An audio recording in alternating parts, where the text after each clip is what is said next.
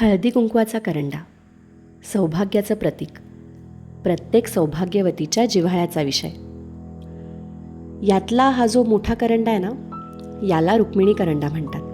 कारण पंढरपूरच्या मंदिरात हाच करंडा रखुमाईपाशी आहे, जो की सोन्याचा आहे. आमच्याकडचा हा चांदीचा रुक्मिणी करंडा बऱ्यापैकी जड आहे आणि तेवढाच सुंदरसुद्धा. त्यानंतर हे 2 घुंगरूवाले करंडेसुद्धा आईंचेच आहेत. त्याच्याभोवती असणाऱ्या घुंगरांमुळे ते अजूनच छान दिसतात. हे करंडे आईंना अधिक मासात त्यांच्या आईकडून मिळालेत.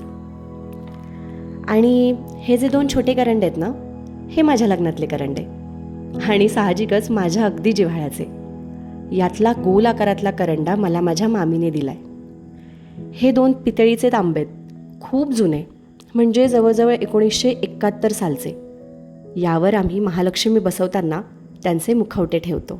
अशा बऱ्याच जुन्या गोष्टी बघायला मिळतात आमच्या घरी. भेटूया पुढच्या ब्लॉगमध्ये.